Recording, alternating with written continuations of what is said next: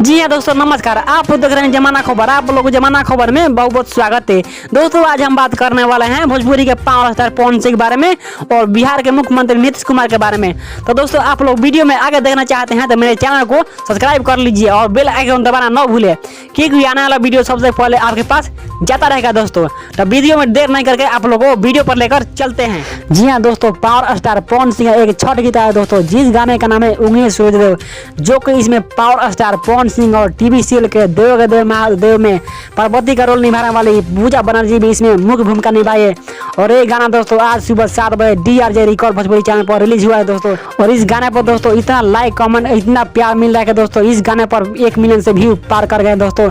और इसी गाने को देखकर बिहार के मुख्यमंत्री बोल रहे हैं कि पवन सिंह बिहार के लाल, जो कि बिहार के नाम आगे बढ़ा रहे हैं। और इसी गाने को देखकर बिहार के मुख्यमंत्री नीतीश कुमार बोल रहे हैं कि पवन सिंह को 2 करोड़ रुपया इस गाने के खुशी में दिया जाएगा, जो कि ये बिहार के नाम आगे बढ़ा रहे हैं। तो आज का ताजा खबर यही था दोस्तों। आज की वीडियो यहीं पर ऑन करते हैं।